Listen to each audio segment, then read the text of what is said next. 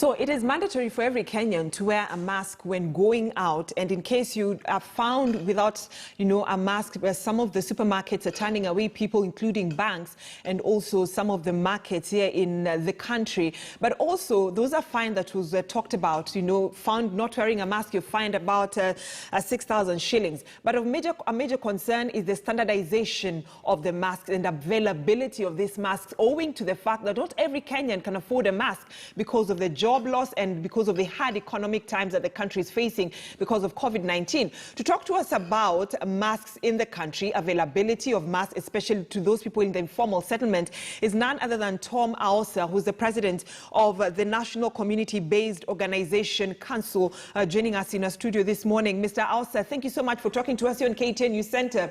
So let's begin first with the standardization of the masks. Well, I think to my understanding and what is out there in the public domain is that the masks that we are supposed to use as citizens of Kenya have not been come out clearly. What is a mask? What is the standard of a mask that we must use?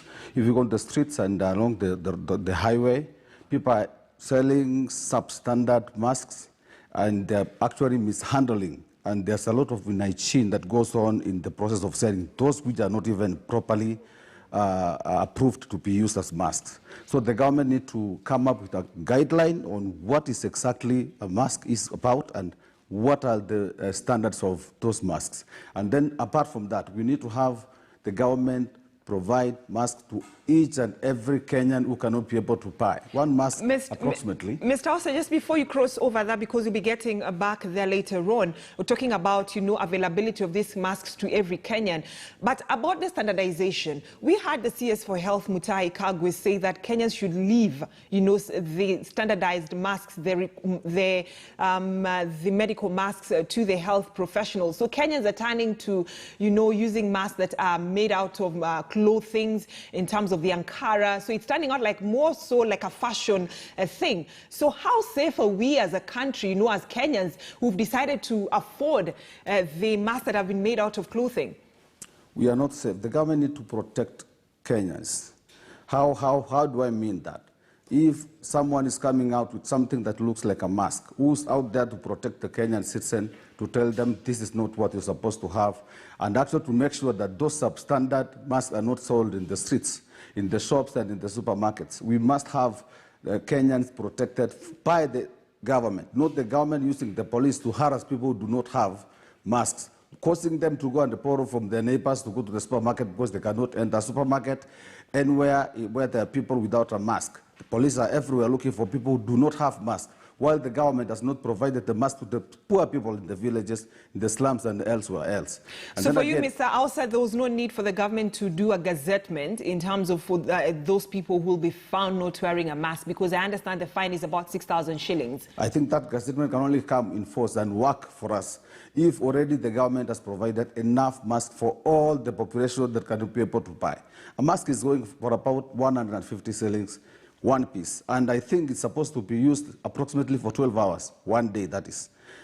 Those people who live from hand to mouth, their income in a day is approximately 300 shillings. Do you buy a mask every day for 150, or do you buy food for your kids and drugs in the house? So it's not publicly proper for the government to gazette rules that are not workable. People choose to die, to go to prison, rather than buy a mask.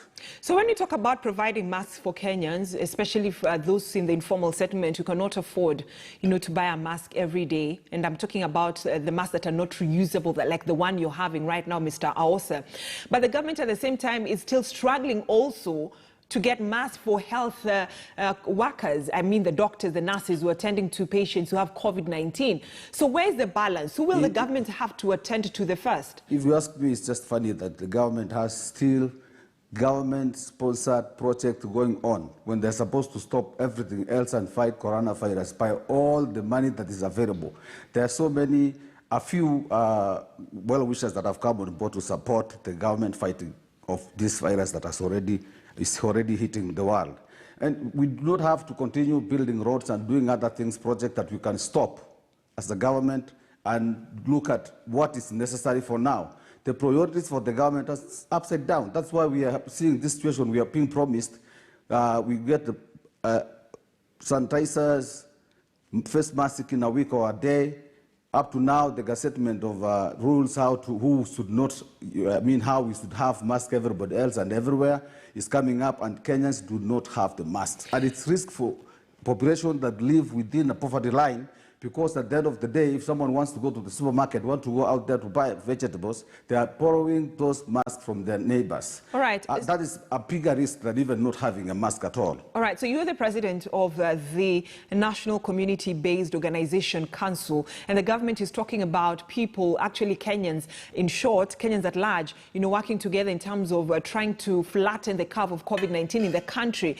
So as different organizations, as you come together, what sort of help are you giving Kenyans in terms of, masking the nation, especially Kenyans who are living within the informal settlement?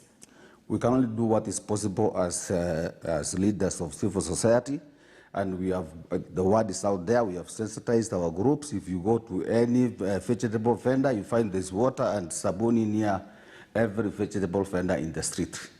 So we have done our part. The government must do its part, because this is why we pay taxes and we have a government in place. The government must make sure that now from here where we are, what do we need sanitizers? What do we stop? Which project stops? Because even now schools are not ongoing. There was a budget for schools. We can have supplementary budget to be put together for fighting the coronavirus currently, because that is what is hitting the country at the moment. All right, and lastly, Mr. Osa, the CS for Health, Mutahi Kagwe, shall be visiting, one of the companies at EPZ in Athi River that's producing the PPEs for health workers and masks. Don't you think, as much as you're trying to blame the government rather of not doing enough to protect Kenyans, don't you think EPZ working together with the government in terms of producing face masks is enough? It's not enough to have only one industry to stop things that they're doing to produce masks for the population of Kenya. The government can do better than that. And then before you come up with rules that is going to affect the population, before you protect them, that is actually fighting a war that you cannot win.